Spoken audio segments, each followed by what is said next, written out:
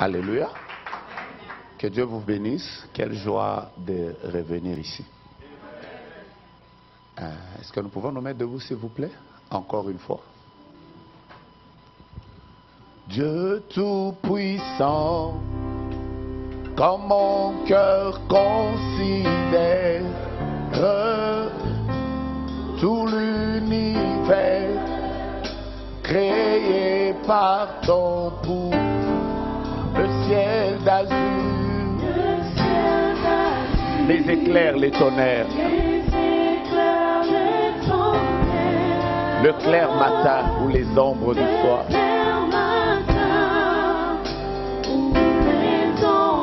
Chantons encore.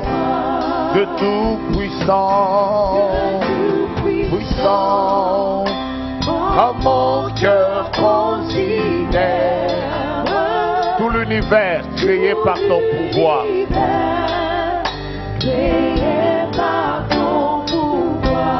Le ciel d'azur, les éclairs, les tonnerres, le clair matin ou les ombres du soir.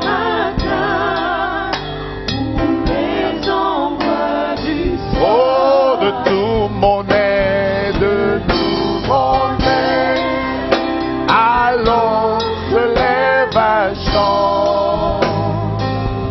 Dieu Tout-Puissant, que tu es de tout mon aide, de tout mon aide, allons se lève un chant. Dieu Tout-Puissant, tu es grand, tu es grand. Dieu qui nous a donné la vie, nous voulons te rendre grâce cet après-midi. Merci pour le privilège que tu nous donnes d'être comptés parmi les vivants. Mais merci également pour le privilège que tu nous donnes de t'appartenir. Quelle joie, ô Dieu, que de nous accueillir dans ta présence. La Bible déclare, heureux l'homme que tu admets en ta présence, parce qu'il va contempler le bonheur de ta maison et la sainteté de ton temple. David pouvait dire, je suis dans la joie quand on me dit, allons à la maison de l'Éternel. Nous sommes dans ta maison, dans ce lieu que tu remplis de gloire, dans ce lieu où éclate l'étendue de ta puissance. Merci de nous bénir. Durant ces 5 jours, nous te donnons nos vies.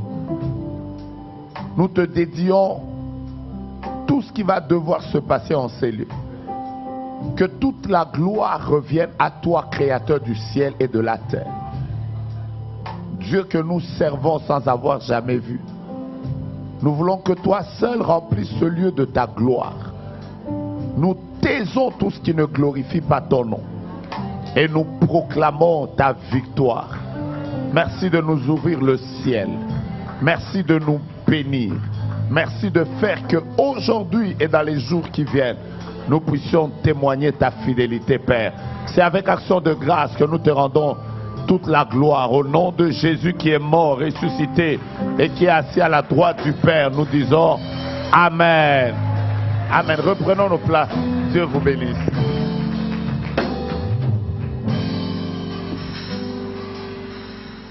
Amen. La première chose, nous rendons grâce au Seigneur.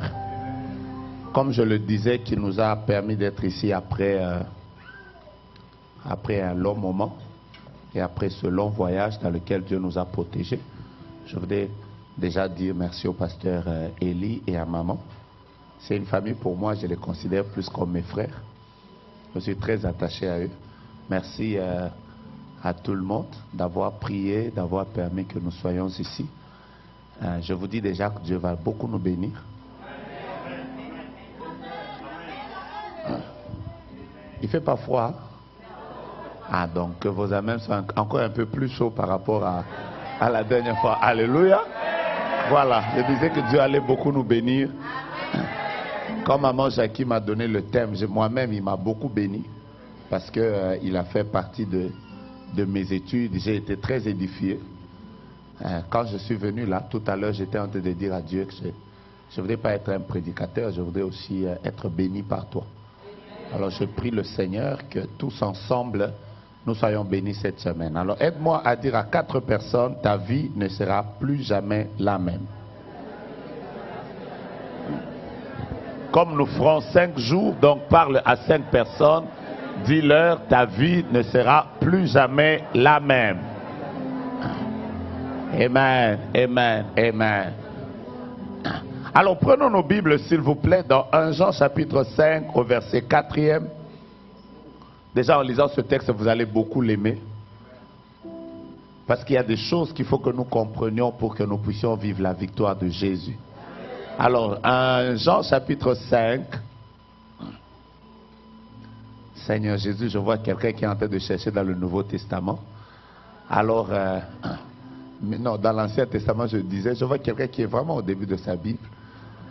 Je vais te dire une vérité. Même si le ciel devenait terre et que la terre devenait ciel, un Jean sera toujours dans le Nouveau Testament. Il ne sera jamais au début de la Bible, il sera vers la fin. Et le chapitre 5 vient après le chapitre 4 et le verset 4 vient entre le verset 3 et le verset 6. Donc vous y êtes. 1 Jean chapitre 5, nous allons lire à partir du verset 4. Avec votre permission, je peux lire? Un texte merveilleux. Parce que tout ce qui est né de Dieu triomphe du monde. Et la victoire qui triomphe du monde, c'est notre foi. Et qui est celui qui a triomphé du monde, sinon celui qui croit que Jésus est le Fils de Dieu? Parce que tout ce qui est né de Dieu triomphe du monde. Est-ce qu'on peut le lire ensemble? Come on. Du monde. Et la victoire qui triomphe du monde, c'est notre foi. Amen. Je voudrais vous dire ce soir une chose très simple. Pendant les quelques minutes qui me sont imparties, je vais vous dire au début, je commence par une chose très simple. J'insiste sur très simple. Cette chose simple, pour l'avoir compris, plusieurs personnes ont vécu une vie de victoire. Et plusieurs personnes également, pour ne l'avoir pas compris, continuent à prier et à croupir dans une vie de souffrance. Déjà, en lisant ce texte, vous allez comprendre que la vie que nous menons sur la terre est une vie de plusieurs batailles. Il y a plusieurs combats et ces combats n'échappent à personne. Que vous soyez adulte, que vous soyez jeune, que vous soyez papa, serviteur ou servant de Dieu, nous tous, la vie nous réserve plusieurs batailles et nous les avons de plusieurs sortes. Nous avons des batailles pour chaque étape de notre vie et nous tous, nous sommes sujets à ces choses. Mais la bonne nouvelle, c'est qu'il y a des personnes qui ont vaincu, qui ont triomphé certaines batailles de la vie. Et ma prière, c'est que cette semaine ne termine pas sans que Dieu puisse te donner la mentalité des triomphateurs, des personnes qui triomphent sur les batailles de la vie. La deuxième chose que je voudrais que tu retiennes en lisant ce texte, c'est qu'il est possible de triompher dans ce monde. Parce que quand vous lisez ce texte, vous vous rendez compte que il y a dans toutes les batailles qui existent, il est possible de triompher. Parce que l'introduction de ce texte dit directement que tout ce qui est né de Dieu triomphe. Donc en d'autres termes, il est possible de triompher. Aide-moi à dire à ton voisin, je peux triompher. Je commence déjà par vous dire les bonnes nouvelles qu'il y a dans ce merveilleux texte. Quelle que soit la bataille dans laquelle tu peux être exposé, je voudrais que tu dises avec moi, je peux triompher. Tu peux triompher des combats des invisibles, des combats visibles. Tu peux triompher des combats des familles. Tu peux triompher des batailles que tu connais, même des batailles que tu ne connais pas, tu peux triompher. Ça, c'est une bonne nouvelle. Et ne vous en faites pas, tout le monde ne triomphe pas, parce qu'il y a des conditions pour triompher. Il y a des conditions pour triompher. Et la première condition pour triompher de toutes les batailles qui existent, c'est de naître de Dieu. Et la Bible déclare tout ce qui est né de Dieu. Vous savez, moi j'aime la Bible. La Bible a des affirmations par moments assez compliquées. Quand vous voyez certaines affirmations, vous avez envie de dire, mais la personne qui était en train d'écrire, elle s'est trompée ou elle ne se trompait pas? La Bible dit tout. Et moi j'aime ce mot tout. Que veut dire tout? On y va. Tout c'est quoi? Je ne vous entends pas. Tout c'est quoi? Une personne a répondu. Tout c'est quoi? Tout c'est tout. Il ne faut pas réfléchir. Tout c'est tout. Pourquoi c'est tout? Ah, la Bible va même plus loin en disant tout ce qui est né de Dieu. Quand on dit tout ce qui est né de Dieu, dis d'abord à ton voisin, à moins que tu ne sois pas né de Dieu, mais si tu es né de Dieu, tout ce qui est né de Dieu, c'est ça qui est merveilleux. Tout ce qui est né, on insiste sur tout. Donc quand on dit tout là, ça veut dire ça ne dépend plus du diplôme que tu as à l'université. Ça ne dépend pas de ton âge. Ça ne dépend pas de la tribu de laquelle tu viens. Ça ne dépend pas de la nationalité à laquelle tu appartiens. Si tu fais simplement partie des tout qui sont nés de Dieu, automatiquement, absolument, indubitablement, obligatoirement, donnez-moi un autre mot français que j'ai oublié. Hein? Inévitablement, certainement, on y va. Absolument, indéniablement, irrévocablement. Il y a des mots là. On y va, donnez-moi les mots. Évidemment. Ah, inévitablement, je viens de citer ça 3 fois. Hein? Ça veut dire que ça ne dépend plus de je suis d'où, je fais quoi. Bien aimé, tout ce qui est né de Dieu. J'étais en train de partager, partager avec un frère qui m'a raconté une histoire. Il était païen. Je commence par vous dire qu'il était païen. Pas chrétien, païen. Et un jour, il se retrouve dans mon pays, quelque part au nord, dans une ville qu'on appelle Kisangani. Et la nuit, il est allé chercher des fétiches. Parce que étant païen, il avait besoin de certaines protections et tout et tout. Ils sont allés au cimetière. Et quand ils arrivent au cimetière, ils avaient un féticheur. Et du coup, le féticheur a commencé à faire des invocations. En faisant ces incantations, lui-même explique qu'il dit il a vu la pierre tombale se déplacer. Après, du coup, un être moche, hideux, laid, sort de là. Vous savez, pour rester là-bas, il faut avoir un grand cœur. C'est pour ça que les gens qui cherchent les fétiches là, il faut beaucoup pour voir des choses comme ça. Alors lui-même a dit, ils étaient à 3 et ils ont commencé à fuir. Parce que l'être qui est sorti de là, il était tellement laid, tellement hideux, il dégageait la peur. Et ils ont commencé à fuir. Et en fouillant, lui-même me dit, j'étais la personne qui courait la moins vite par rapport à 2 de mes amis parce que eux, ils semblaient mieux courir. Vous savez, il y a des gens, leur masse leur impose une certaine vitesse. Alors les autres étaient en train de courir plus que, vous savez, là, d'abord l'instinct de survie est capable de te faire courir plus que Bolt.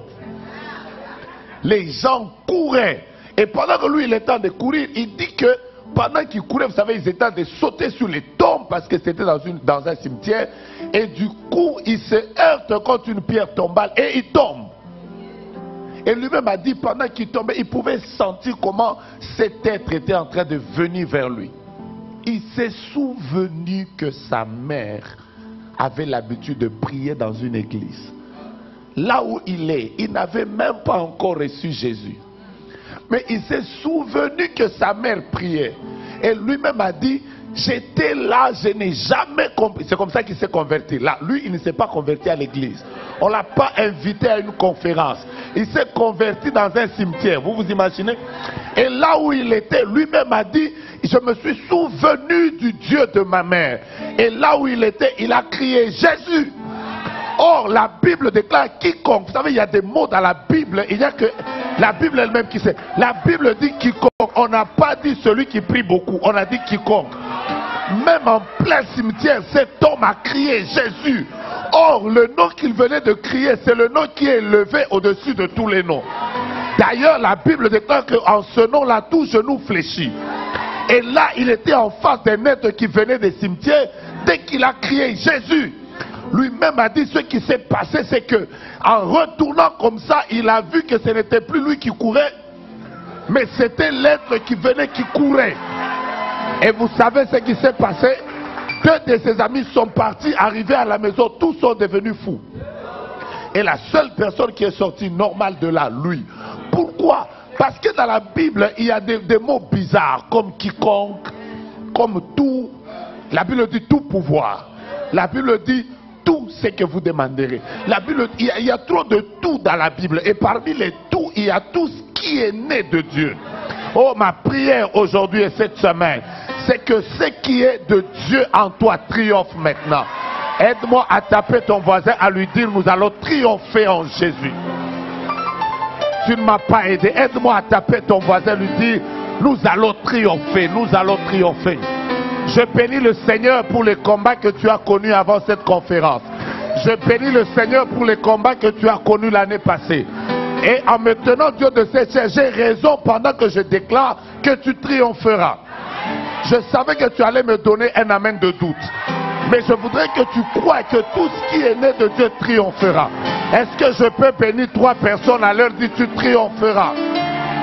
Même si tu as mal rêvé hier, même si en venant dans cette salle, il y a un prophète de malheur qui t'a même prophétisé que tu mourras, dis-lui que parce que je suis né de Dieu, je triompherai. Oh! Je peux être né dans une famille où il y a des combats. Je peux être né dans un milieu où tout le monde n'évolue pas. Ça ne dépend pas d'où je suis, ça dépend de ce qui est en moi. La Bible dit que tout ce qui est né, tout... Asseyez-vous, je vais vous expliquer. Je vais vous expliquer quelque chose de très simple et nous allons évoluer.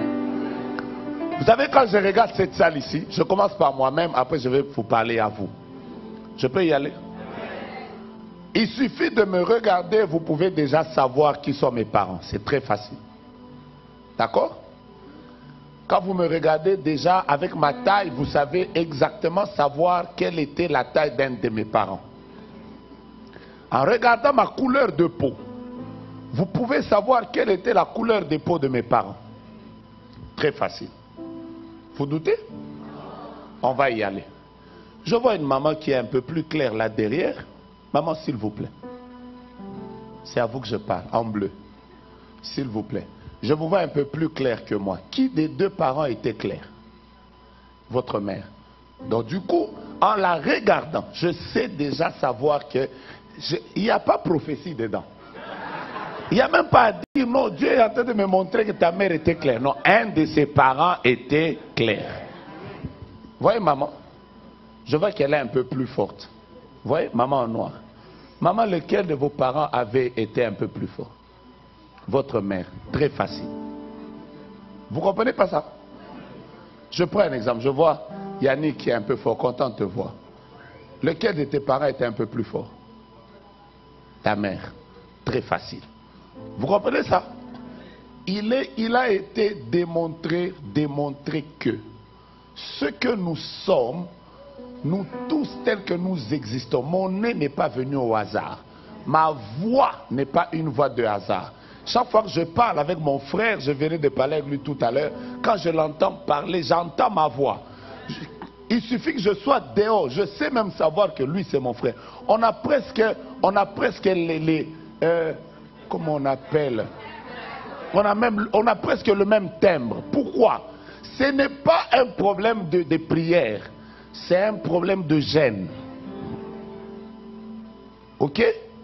Il paraît que tous les parents, quand ils mettent au monde, ils communiquent leur ADN ou leur DNA, comme vous dites, leur ADN à leurs enfants. De sorte que ton nez n'est pas un nez de hasard. Ton teint n'est pas un teint de hasard.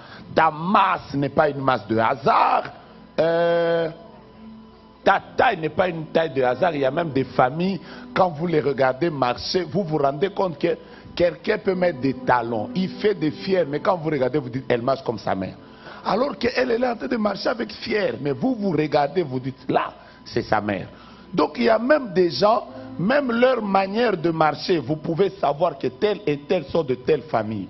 C'est comme ça qu'il y a même des gens, dès que vous naissez par exemple albinos, il n'y a pas prière dedans. Ça veut dire que dans votre famille, en remontant, si pas votre père, si pas votre grand-père, si pas votre arrière-grand-père, il y a quelqu'un qui a reçu vos gènes et ce sont ces gènes-là que vous avez produits. Rien n'est au hasard. Dans la vie, ça s'explique. Quand tu es né des deux parents, automatiquement, tu as les gènes de ces parents-là. Est-ce que je peux maintenant évoluer? Ça devient facile. Aujourd'hui, je m'arrête sur ce qui est né de Dieu. Je ne vous explique pas d'abord les autres choses, on a 5 jours. Je voudrais que vous compreniez ce qui s'est passé, frère, le jour où vous avez reçu Jésus. Et si vous comprenez cette réalité, votre vie chrétienne change. Je peux y aller? Par exemple, nous là qui sommes, parce que nous on n'est pas sombres. Quelqu'un a dit non, vous êtes des blacks. Oh, vous êtes des noirs. Moi je ne suis pas noir, je suis Kafuzo. Donc je tends un peu vers le café au lait. Parce que noir là n'existe pas, tout comme blanc n'existe pas. Il n'y a personne sur la terre qui est blanc. Tout le monde est à peu près rougeâtre, jaunâtre. Nous aussi on est un peu café. Noir et blanc ça n'existe pas. C'est des couleurs qu'on nous a imposées. Oh, white and black. Mais en réalité, noir et blanc n'existent pas. Mais moi, si vous me regardez comme ça là, il suffit de regarder ma peau. Vous savez savoir quels sont les gènes des parents que j'ai reçus. J'ai déjà prié. Il m'est arrivé à l'époque de m'inquiéter. Les gens me disaient toujours, prophète, pourquoi toi-même quand tu manges comment? Tu ne grossis pas. Je vais vous expliquer. Maman pasteur m'a même vu hier là, la première chose qu'elle m'a dit c'est, prophète, tu ne changes jamais. J'ai dit vraiment, je ne change pas. Vous pouvez mettre restaurant, vous mettez jambon, vous mettez charcuterie dans mon corps. Ça va entrer dans les joues, ça grossit un peu. Mais en réalité, moi-même, je ne peux pas dépasser ici. Je n'ai pas besoin d'imposition des mains, je le sais. Pourquoi? Parce que mon père de qui je viens était comme moi. Ça veut dire même si j'ai pris beaucoup là, Seigneur, je voudrais ajouter 15 kilos.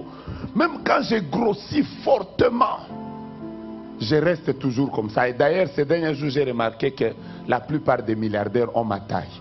Donc du coup, je ne réfléchis plus beaucoup parce que depuis que j'ai rencontré le jeune qui a fait Facebook et tous les autres là, j'ai remarqué qu'eux tous sont comme moi. Donc je me rends compte que tout le monde envie ma taille, donc je peux rester comme ça.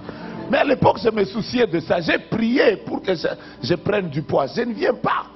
Mon âge peut avancer, mais ma caracasse reste la même. Pourquoi? Parce que j'ai pris les gènes de quelqu'un. Maintenant, voilà ce que la Bible déclare. La Bible dit à tous ceux qui l'ont reçu. À tous ceux qui l'ont reçu.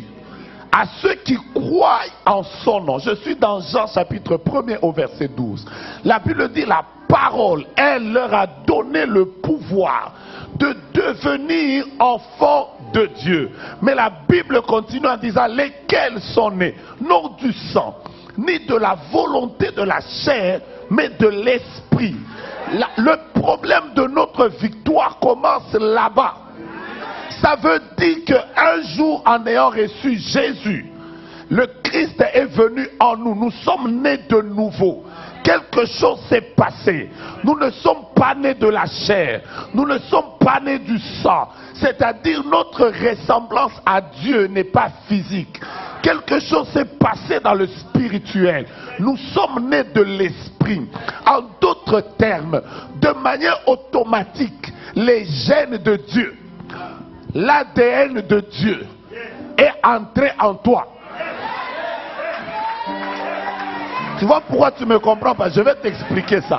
Aide-moi à dire à ton voisin, ça ne dépend pas de moi, ça dépend des gènes que j'ai reçus. Vous savez pourquoi? J'étais en train de vous dire que moi, ça ne dépend pas de moi. Je peux même manger, mais les gènes que j'ai reçus m'imposent d'avoir cette taille. Même si je voudrais raccourcir un peu, ça ne dépend pas de moi.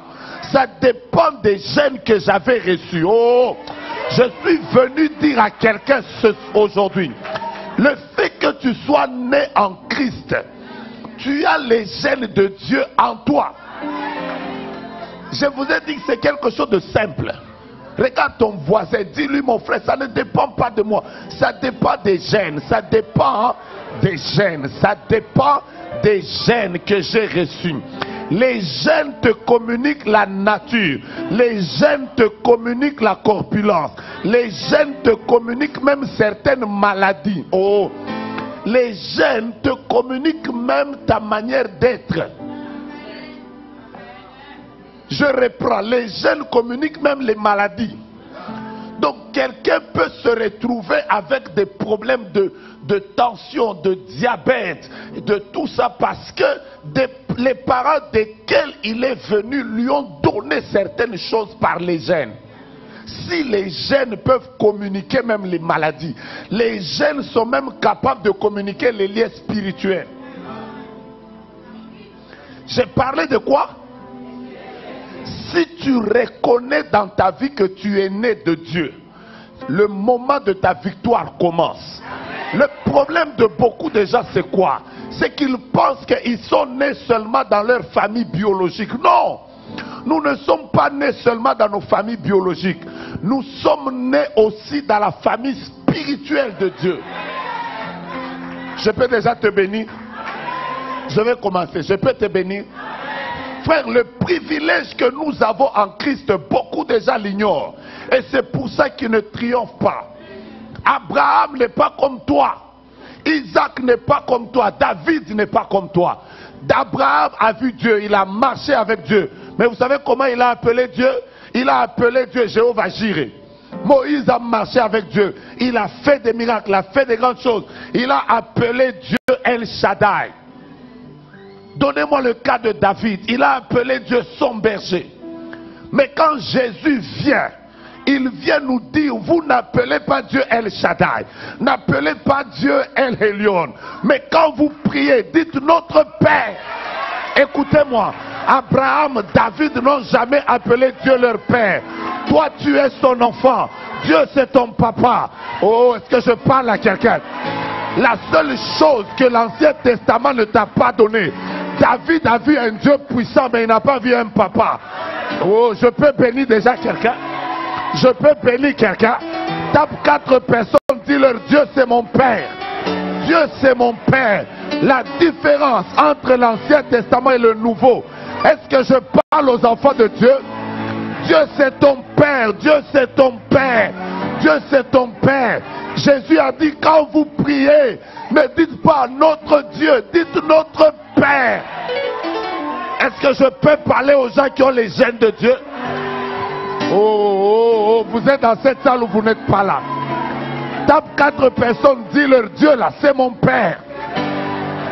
Il y a une différence entre un serviteur et un enfant. Il y a une différence. J'étais en train d'entendre il y a quelques années un jeune qui s'appelle Jean Sarkozy.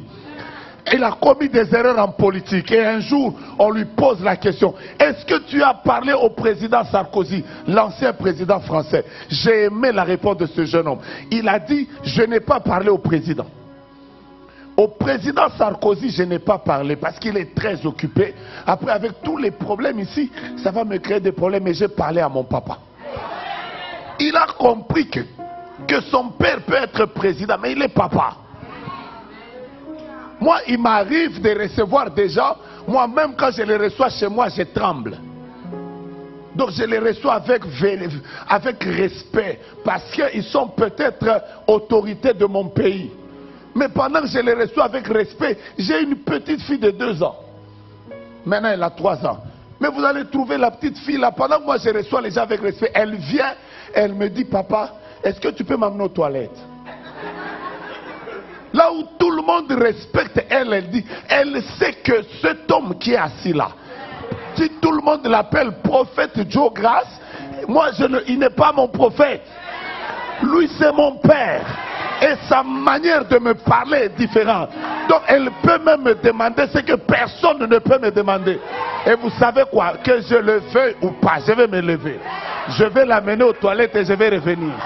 Parce qu'elle ne parle pas à un prophète, elle parle à un papa. Dis avec moi, Dieu c'est mon Père. Voilà pourquoi, frère, arrêtez de dire que Jésus est le Fils unique de Dieu. Je vais vous choquer. Jésus a été fils unique de Dieu seulement avant sa mort.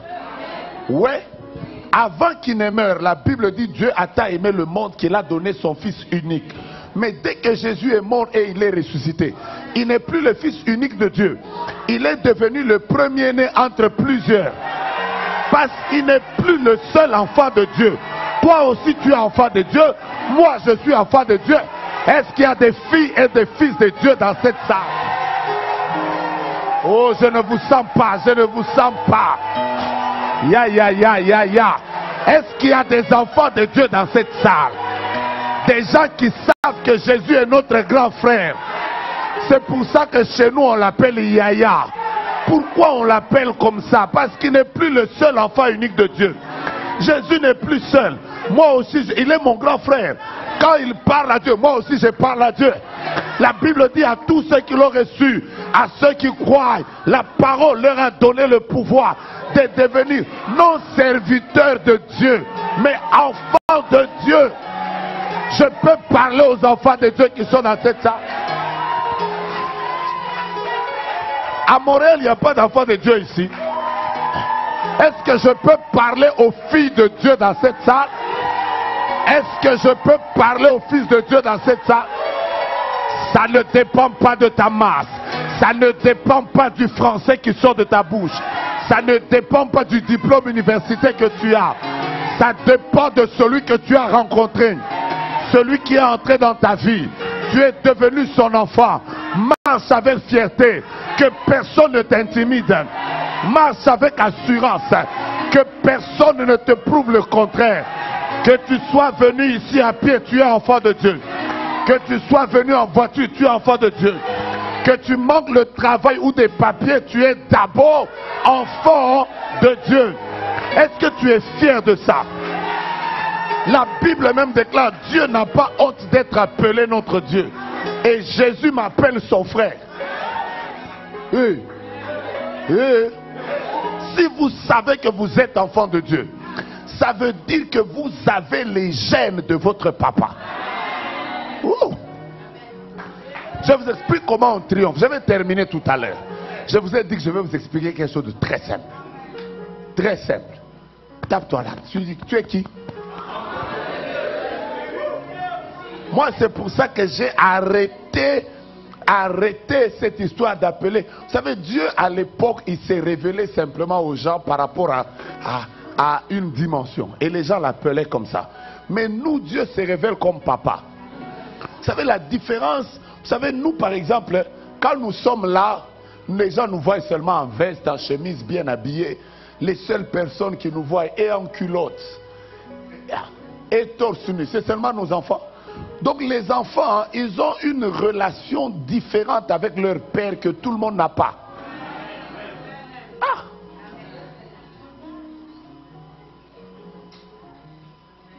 Aujourd'hui, on va prier bien. On ne va pas prier comme les gens qui parlaient à un Dieu là éloigné. Non, on va parler à papa. J'ai une soeur qui a dit à Dieu, Seigneur, je suis quand même ta fille. Pourquoi tu me fais ça? Après, je lui ai dit, pourquoi tu parles comme ça à Dieu? Il a dit, non. Dieu là, il commence à exagérer. Je suis quand même sa fille. Je ne suis né qu'en 1977. Comment il veut me compliquer la vie comme ça? Lui, il est éternel. Moi, je ne suis pas éternel. S'il peut me bénir même dans 500 ans, ça va arriver. Mais moi, je n'ai pas besoin qu'il me bénisse dans 500 ans. Vous savez, il y a une manière de parler à son papa qu'on ne parle pas à tout le monde. Vous savez, il y a des gens quand ils parlent au patron, c'est bonjour, mes respects. Mais quand on parle à papa, non. Papa, on parle. On dit tout. Et on le dit clairement. Quand je partais là, j'étais en train de partir, j'ai dit à ma fille, je suis en train de partir. Elle m'a dit vraiment en face, papa, tu exagères. Après, je lui ai dit, je vais t'amener un cadeau. Après, elle a dit oui. Après, j'ai même dit à sa maman, pourquoi cette fille-ci n'a pas peur de moi? Elle me dit, vraiment là, tu exagères. Après, moi-même, j'ai commencé finalement à l'aimer comme ça. Quand elle ne me parle pas clairement, parce que je sens qu'elle ne me parle pas comme tout le monde. Comment quelqu'un peut me dire, tu exagères? Elle parle quand même au prophète Joe Grace. Mais prophète là, c'est seulement pour les autres. Elle, je ne peux pas être son prophète. Je ne peux pas me mettre devant ma fille et commencer à lui dire Rabashinda. Robobobouche, Rika, pendant que tu me regardes, Dieu commence à me parler, non? C'est ma fille. Elle peut même me dire, papa, laisse-moi ce que tu manges. Oh, je prie qu'aujourd'hui et cette semaine, que quelqu'un commence à triompher à cause de son identité. Écoutez-moi, la première chose que Dieu nous communique quand il nous donne ses gènes, c'est sa nature. En hébreu, on appelle ça le tchelem. La nature de Dieu. Et automatiquement, dès que tu as les gènes de Dieu, que tu le veuilles ou pas, tu commences à triompher. Imagine-toi que ton papa n'a jamais été retenu dans une prison. Je vais te dire, ton papa, on ne l'a jamais retenu dans une prison. Parce qu'il est même écrit que les cieux des cieux ne peuvent le contenir. Déjà la terre ici ne peut pas le contenir. Lui ne peut pas rester dans une prison. Un jour, 2 personnes l'ont invoqué dans une prison. Paul et Silas. Ils étaient en train de louer. Ils ont fait descendre le Dieu qui siège dans la louange et dans l'adoration en prison. Quand Dieu est descendu dans la prison, lui qui ne peut pas être emprisonné, il est descendu dans la prison. Il a senti que... Il a senti ce qu'il sent. Ils ont été surpris eux-mêmes de constater que les portes de la prison étaient en train de sauter. La prison a tremblé d'elle-même. Cela veut dire, si ton Dieu ne peut pas être retenu prisonnier, n'imagine même pas qu'un sorcier peut prendre ta vie et la mettre dans une prison. Jamais. À moins que tu n'aies pas la nature et les gènes de ton père. Celui que toi, de qui tu as reçu les gènes, un jour il est mort. Il est resté dans un tombeau. Mais posez la question au tombeau et à la terre qu'il avait enseveli. Ils vont vous raconter qu'ils n'ont contenu que 2 jours. Parce que le 3e jour, la terre l'a vomi. Parce que cet homme ne peut pas être enterré. Comment tu peux croire qu'on peut enterrer ta destinée? Ceux qui comprennent déjà ça, ils vivent la victoire.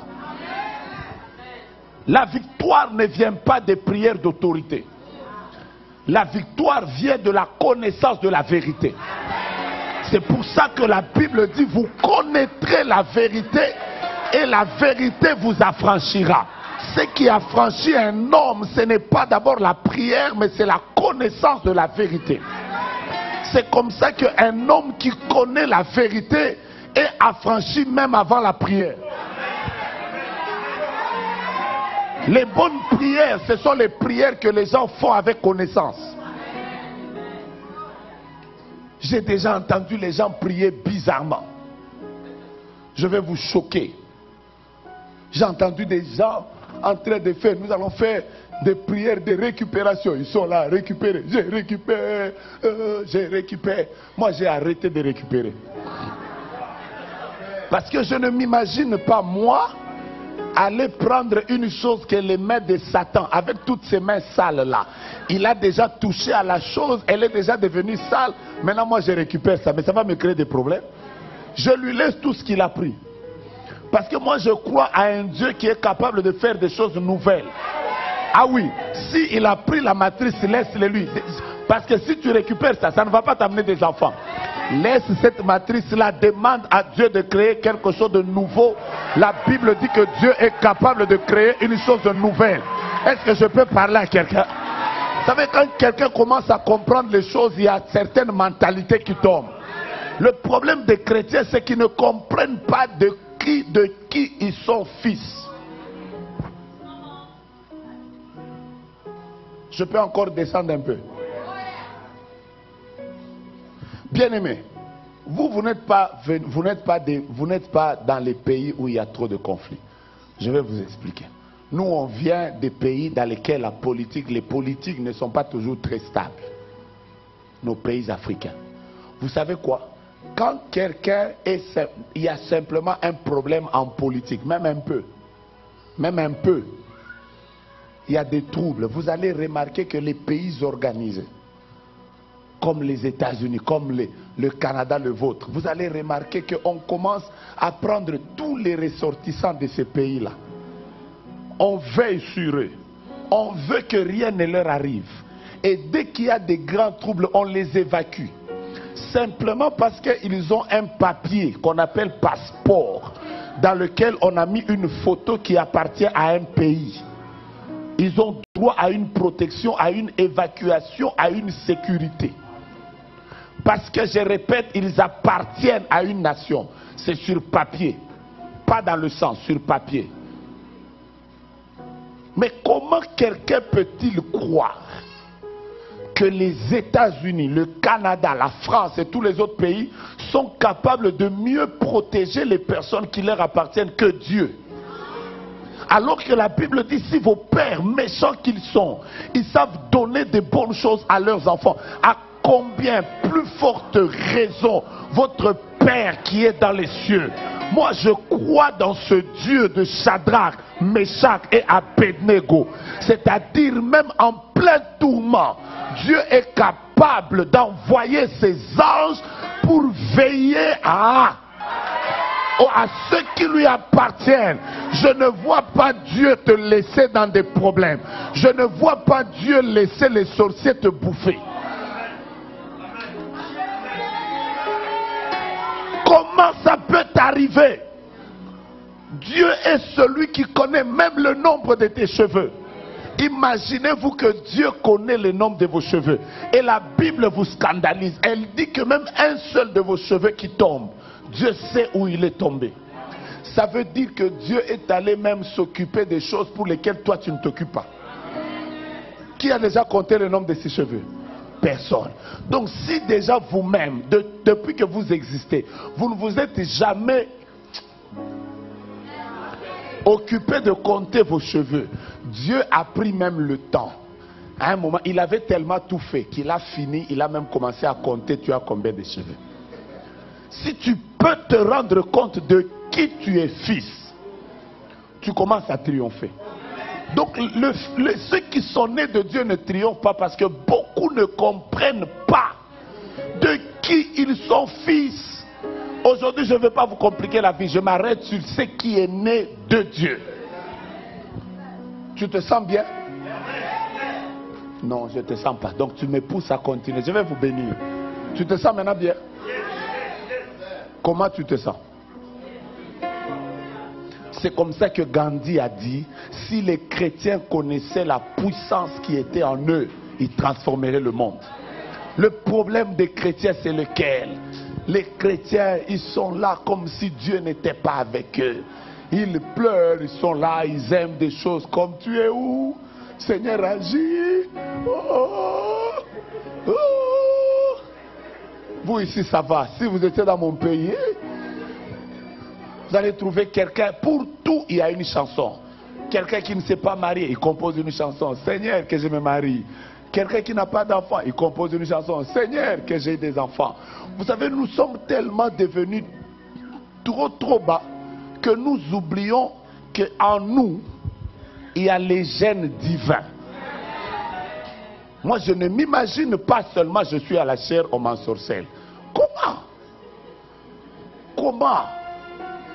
Vous allez commencer par où? Dieu est où? Moi, d'ailleurs, les gens qu'on ensorcelle là, ils m'étonnent jusqu'à maintenant. Comment tu peux avoir les gènes de Dieu après on t'a ensorcelé? Comment? Donnez-moi cette bouteille.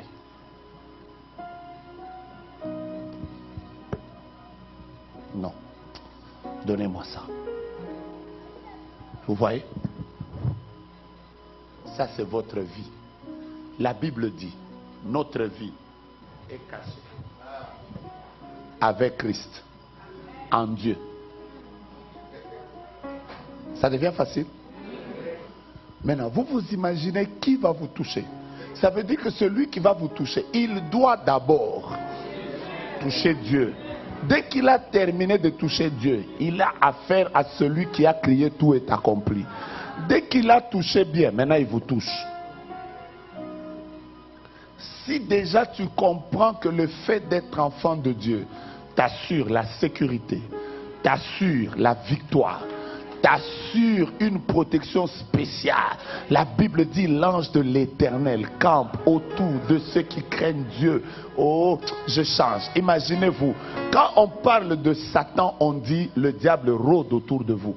Mais quand on parle de l'ange, on dit il campe autour de vous. Maintenant, moi je pose la question. Entre celui qui rôde et celui qui campe, qui est permanent? Oh, je suis avec vous. Vous ne m'avez pas répondu, vous avez acclamé. J'ai posé la question. Qui est permanent? Je reprends. Entre celui qui rôde et celui qui campe, qui est permanent? Maintenant, pourquoi tu as plus conscience de celui qui rôde que de celui qui campe? Oh, je te vois en train de vivre la victoire après cette conférence au nom de Jésus. Je savais que tu allais me donner un amen comme ça, comme ça. Je répète, je te vois en train de vivre la victoire après cette convention au nom de Jésus. Si j'étais toi, j'allais saluer 5 personnes et leur dire je vais triompher, je vais triompher, je vais triompher, je vais triompher. Est-ce que je parle aux champions de l'église Nouvelle Alliance dans cette salle? Est-ce que je parle aux champions de l'Assemblée Nouvelle Alliance? Vous ne m'aidez pas. Si j'étais toi, j'allais dire à ma voisine, je vais triompher. C'est fini, je vais triompher. Je ne te vois pas être ensorcelé. D'ailleurs, la personne qui doit t'ensorceler n'est pas encore née. Oh, je ne te vois pas en train de vivre les liens de ta famille. Dis avec moi, ça ne me concerne pas. Parce que si ces liens pouvaient me réclamer par les liens de mon père, ces liens sont aussi brisés par les liens de Dieu. Je ne vous sens pas aujourd'hui, vous êtes fâchés. Est-ce que je parle aux enfants de Dieu? Pousse d'abord 4 personnes, dis-leur frère, ici moi je vais triompher, c'est fini. La magie ne peut rien contre Israël. L'occultisme ne peut rien contre Jacob. Bien aimé, il y a des choses, même quand ça vient. Oh. La Bible déclare, ils viendront contre toi par un seul chemin. Ils s'en retourneront par 7. Il est écrit, toute arme forgée contre vous sera sans effet. Et toute langue qui s'élèvera en justice contre vous, vous la condamnerez. Et la Bible dit, tel est l'héritage des serviteurs de Dieu. Tel est le salut qui leur viendra de moi, dit l'Éternel. Qui tu es? Tu ne m'as pas répondu. Qui tu es? Qui tu es? Est-ce que tu crois que comme ton père a vaincu la mort, toi aussi tu ne mourras pas? Tu vivras et tu raconteras les œuvres de l'Éternel. Est-ce que tu crois que ta maternité est bénie? Vous savez quoi? Je bénis Dieu pour cette semaine. Parce que je suis en train de croire qu'il y a des gens qui vont arracher des victoires dans le monde spirituel. Pas d'abord par la prière, mais par la compréhension. Dis avec moi, ce qui est né de Dieu triomphe du monde. Tu ne le dis pas plus fort. Tu ne le dis pas en prophétisant. Tu ne le dis pas en annonçant les oracles. Dis avec moi, ce qui est né de Dieu triomphe du monde. Même si on t'avait mis dans une bouteille, c'est pas toi. Même si on avait déjà dit que tu mourras cette année, ce n'est pas toi. Même ce n'est pas toi. Comment ça peut exister? Si Dieu permet qu'on te touche, toi qui as les gènes de Dieu, c'est que Dieu est en train de prévoir ta résurrection. On ne peut pas toucher un fils de Dieu et le clouer si Dieu ne prévoit pas la résurrection. Si Dieu permet à l'ennemi de te toucher, si Dieu ne te délivre pas avant que Nebuchadnezzar te jette dans le feu, c'est que ta délivrance est dans le feu.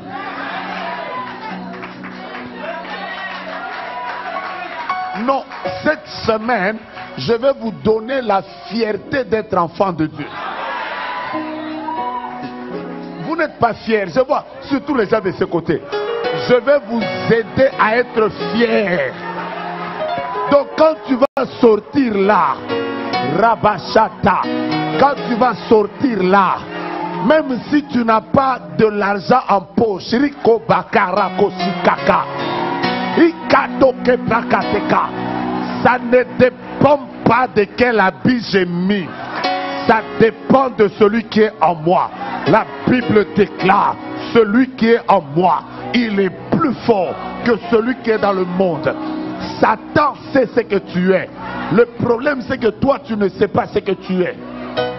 Le problème, le plus grand combat de Satan, c'est d'attaquer au niveau de l'identité.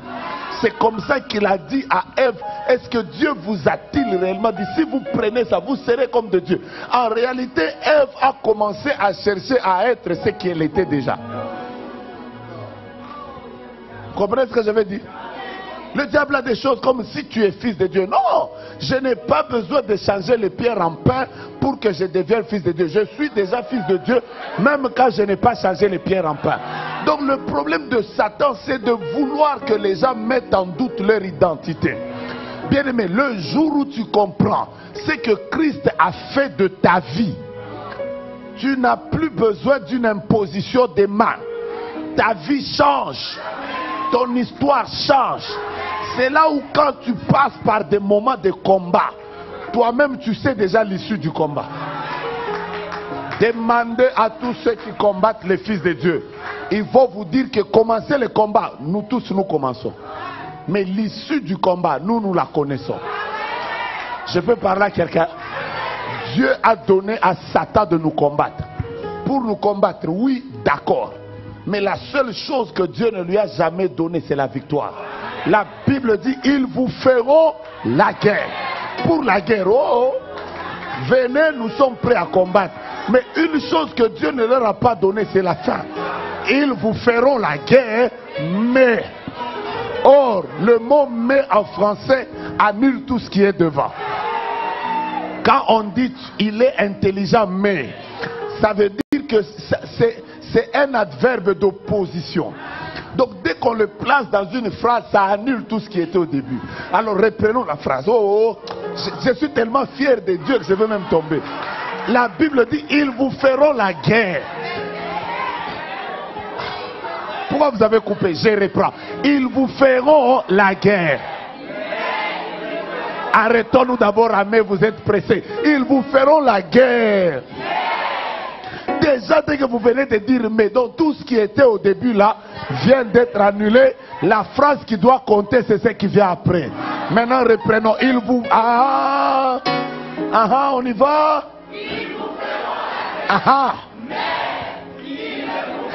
Que la victoire de Dieu vienne dans ta vie.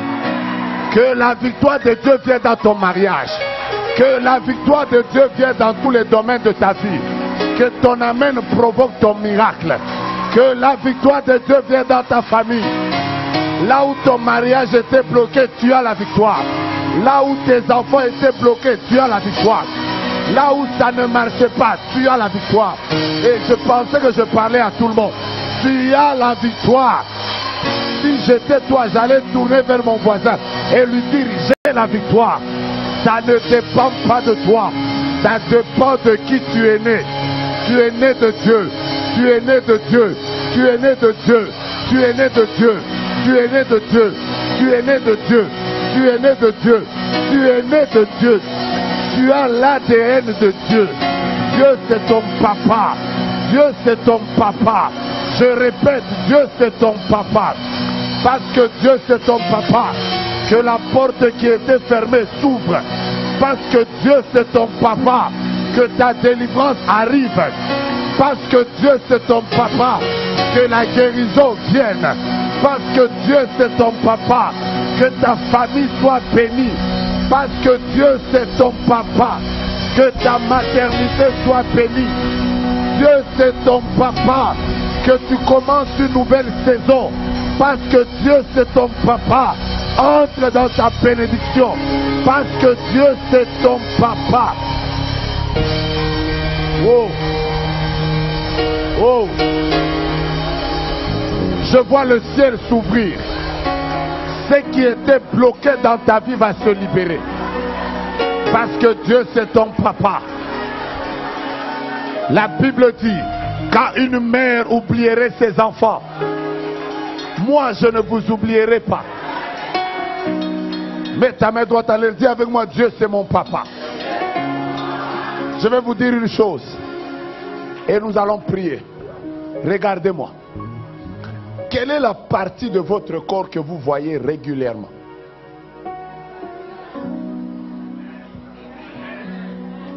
Les mains. Le visage. J'ai entendu le visage. Écoutez-moi. Je vais vous répondre. La partie de votre corps que vous regardez régulièrement, même inconsciemment, ce sont les mains. Je vous dis pourquoi. Parce que les mains, vous les utilisez tout le temps. Vous êtes au volant, vous êtes en train d'écrire, vous êtes en train de taper sur l'ordinateur. Donc les mains sont les parties du corps les plus visibles à l'œil. Parce que le visage, vous ne le voyez que quand vous êtes devant le miroir. Quand vous n'êtes pas devant le miroir, vous ne les voyez pas. Les seules parties de votre corps que vous voyez, ce sont les mains. Surtout nous les hommes qui portons des chaussures comme ça, nos pieds, nous les voyons rarement. C'est peut-être le soir que nous allons les voir. Les mamans en babouche et en truc, elles ont déjà vu leurs pieds. Mais les mains sont les parties du corps les plus en vue. Et vous savez quoi? Dieu a aussi fait quelque chose de merveilleux. La Bible déclare qu'il nous a gravés. Vous savez, graver, ça veut dire quoi? Vous ne savez pas. Graver, ce n'est pas écrire. Graver, à l'époque, les gens écrivaient dans des pierres. Ça veut dire graver, c'est prendre un burin, prendre un marteau, taper comme ça. La Bible ne dit pas Dieu nous a écrit dans ses mains. La Bible dit que Dieu nous a gravés. Ça veut dire qu'il s'est fait des blessures pour écrire ton nom. De sorte que, comme la main c'est la partie du corps qu'on voit régulièrement, Dieu n'a pas écrit nos noms sur son front. Il n'a pas écrit nos noms sur le dos. Il a écrit nos noms dans ses mains. Ça veut dire que tu le veuilles, que tu ne le veuilles pas, tu es continuellement devant les yeux de Dieu. Est-ce que je suis en train de bénir quelqu'un? J'ai une mission cette semaine. Je vais te rendre fier d'appartenir à Dieu. Je voudrais que quand tu vas quitter cette salle, que ta foi en Dieu, Dieu m'a donné cette mission. Je suis venu te rendre fier d'être enfant de Dieu. Que quand tu vas commencer à marcher, que tu ne marches pas comme si ta vie est en train de finir demain. Marche, hein, chez nous c'est bien. On dit, hein, quelqu'un peut être pauvre mais têtu. Ça ne sort pas bien. Chez nous on dit mobola mais têtu. Ça veut dire je suis pauvre, je n'ai rien mais têtu. Ça veut dire je ne permets pas à quelqu'un de m'injurier. Je ne sais même pas si ma vie va être bien ou pas, mais têtu. Je sais simplement que je serai bien. Ma vie sera bien. Donc aujourd'hui là, je veux que tu oublies, même si hier, il y a quelqu'un qui t'a regardé en face, qui t'a dit, tel que tu es là, je vais divorcer de toi. D'ailleurs, aujourd'hui, en quittant cette salle, oublie d'abord toutes ces injures là. Sors avec une mentalité renouvelée. Quand tu vas saluer les frères, salue-les avec une joie. Moi je me souviens à l'époque, j'ai passé des moments difficiles. Mais j'avais une foi en Dieu. J'allais toujours dans les magasins où je n'avais pas d'argent. Alors je n'ai jamais oublié. Un jour je suis entré dans un magasin à Dubaï. J'ai demandé une veste, 25 000 $. Au lieu que j'écris, ah, têtu. J'ai seulement dit, c'est seulement ce prix. Après j'ai dit, vous n'avez pas une autre couleur? Donnez-moi tous les autres modèles, je vais choisir. Vous savez que quand j'entrais là, les clients n'avaient pas la foi que j'allais acheter. Mais ma manière de parler, ça a fait que les gens commençaient à se précipiter. Oui, ça c'est. On peut vous faire même une réduction. Alors moi j'étais là, je ne riais pas, je n'avais pas l'argent pour acheter une veste de 25 000. Mais j'étais même en train de regarder là. Ouais. Ici vous ne pouvez pas me faire une réduction. Après oui, on peut faire une réduction de 5%. J'ai dit, yeah, ok. Après ça va se marier avec quelles chaussures? Après on m'amène des chaussures là de 18 000. Moi-même là mon cœur a fait, oh, mais mon visage a dit, têtu. Après à la fin j'ai dit, bon je verrai, je viendrai acheter prochainement. Je sais que vous allez dire non, j'ai menti. J'ai pas menti. J'ai la foi qu'un jour je reviendrai là-bas. Ça peut prendre 20 ans, ça peut prendre 40 ans. Mais je voudrais que quand tu vas sortir d'ici, dis que dans mon sang, dans ce corps, il y a les gènes de Dieu. Oh, je bénis quelqu'un. Le mois passé, j'étais en train de prêcher à Dallas. Quand j'arrive, après j'ai senti que mon pied était en train de bloquer. Après je vais voir le médecin, on me dit non, pasteur, ça peut être le début du nerf sciatique. J'ai dit, moi-même j'ai dit non. Ces nerfs ici ne savent pas que je suis prédicateur. Pourquoi ça ne peut même pas prendre au doigt, seulement au pied? Moi je dois rester toute ma vie entière à prêcher les gens. Je veux prêcher comment? Que je commence à prêcher en chaise? J'ai commencé à dire à ces nerfs, arrange-toi pour que tu partes. Pendant que je disais arrange-toi, ça ne partait pas. Après un certain moment, je me suis dit, comment tu joues comme ça? Est-ce que toi tu ne sais pas que moi j'ai les gènes de guérisseur? Je n'ai pas dit Dieu m'a guéri, j'ai dit moi-même je me guéris. Pars! Vous savez que quand je suis rentré là, je ne comprends même pas pourquoi je n'ai plus mal. C'est parti, même moi-même j'ai commencé à me dire, donc les nerfs là ne savaient pas qu'en moi j'ai les gènes de Jéhovah, Rapha. C'est comme ça que Jésus a dit, vous imposerez les mains aux malades. Et les malades seront guéris. Si tu es malade ici, commence déjà à bouger. Il faut que les gènes qui sont en toi commencent à chasser des choses. Aujourd'hui, même si tu étais programmé à être mangé, je t'informe que tu deviendras amer dans la bouche de tes adversaires. Ils vont te vomir. Tu as les gènes de vainqueur. Je savais que vous allez me donner un amen faible. Je reprends. Tu as les gènes des gagnants. Si vous commencez une course avec des gens, dis-toi que c'est toi qui vas gagner. Parce que ton Dieu a toujours été en tout le premier.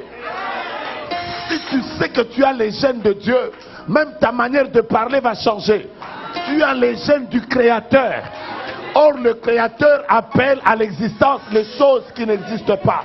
C'est pour ça que la Bible dit que la mort et la vie sont au pouvoir de quoi? Donc ça dépend de ce que toi tu vas dire.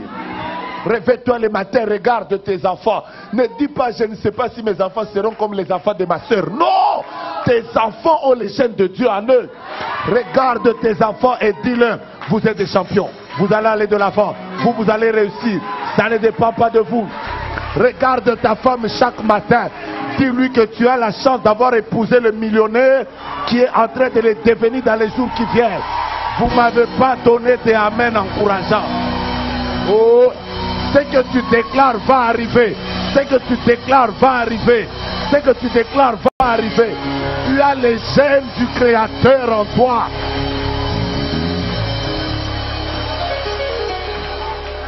Est-ce que vous êtes prêts à parler?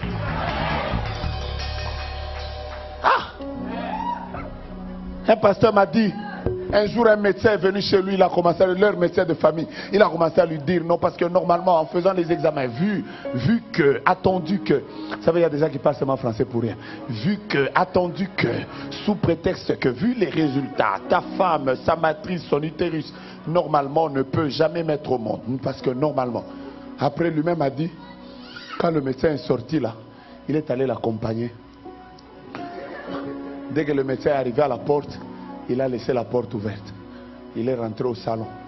Après, il a crié très fort. Il a dit, vous les paroles, suivez votre propriétaire.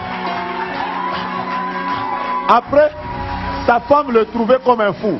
Il est allé maintenant, il a fermé la porte. Maintenant, il est rentré, il a dit à sa femme, maintenant, le médecin t'a parlé, maintenant ses paroles viennent de sortir. Là, c'est un homme de Dieu qui te parle. Tel que tu es là. Ta matrice est normale, ton mire est normal, tout redeviendra normal. Après, il a dit, d'ailleurs, l'année prochaine, à la même époque, tu auras un enfant. Pendant que sa femme dit, amen, 3 mois après, elle a conçu. Parce que lui-même a compris qu'en moi,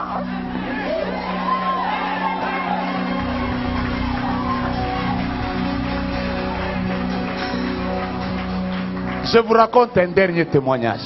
Et nous allons faire une prière de triomphateur. Vous êtes là? Mettez-vous debout, on commence la prière. Merci. Ah, je vous aime. Parce que je vois comment vous allez vaincre. Un pasteur dans mon pays, il se marie un jour. Il fait sa dot, son mariage coutumier. Le jour où il fait son mariage coutumier, après, ils partent au religieux.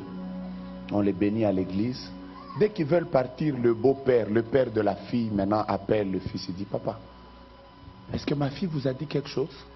Maintenant, il regarde sa femme, il dit, non, elle ne m'a rien dit. À moins que vous ayez quelque chose de spécial.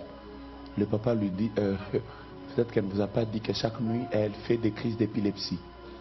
Elle vous a déjà dit ça? Maintenant, c'était la première fois qu'il apprenait ça. Maintenant, lui-même a dit, j'ai fait semblant. J'ai dit, il a dit, papa, c'est pas grave. Après, il a dit à sa femme, pourquoi tu m'as jamais dit ça? Oh non, je pensais que si tu me dis, tu vas me refuser. Maintenant, il a dit, maman. Après, ils entrent dans le mariage. La première nuit était bonne, la deuxième était bonne, la troisième était bonne. Une semaine après, lui-même a dit, il a seulement constaté qu'un jour, pendant qu'ils étaient en train de manger, là, sa femme a fait, oh, boum. Alors il m'a dit, j'ai tapoté ses joues pour qu'elle revienne. Elle ne revenait pas. Il a jeté de l'eau sur elle. Elle ne revenait pas. Il était tellement fâché, il a bougé, elle ne revenait pas. Alors lui s'est dit, bon, comment je peux devenir veuf après une semaine? Après un moment, le Saint-Esprit lui a dit, ce qui est né de Dieu triomphe du monde. Il a reçu cette parole. Lui-même a dit, j'ai fait quelque chose que je n'ai jamais fait. Il a pris 2 chaises. Il a pris une chaise, il l'a mise en face. Il a mis sa femme au milieu. Lui s'est assis sur l'autre chaise. Après, il a dit, Dieu, viens t'asseoir sur cette chaise. Maintenant, il s'est assis là. Il a dit, Dieu, je ne vais pas te parler comme serviteur. Je vais te parler comme fils. Après, il a dit, pendant 2 secondes, changeons de rôle. Toi, tu deviens Dieu.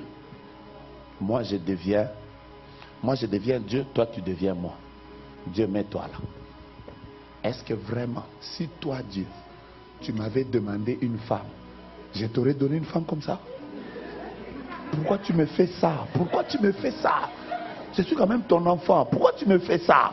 Alors là, il disait, Dieu, pourquoi tu me fais ça? Pourquoi tu me fais ça? Si toi, tu m'avais, moi j'étais Dieu, tu me demandes moi une femme, je ne t'aurais pas donné une femme comme ça. Toute ma vie, je serais sûrement comme ça, Dieu. Lui-même a dit, pendant qu'il était en train de parler, là, il a entendu là dans la femme, l'esprit a dit, je suis parti.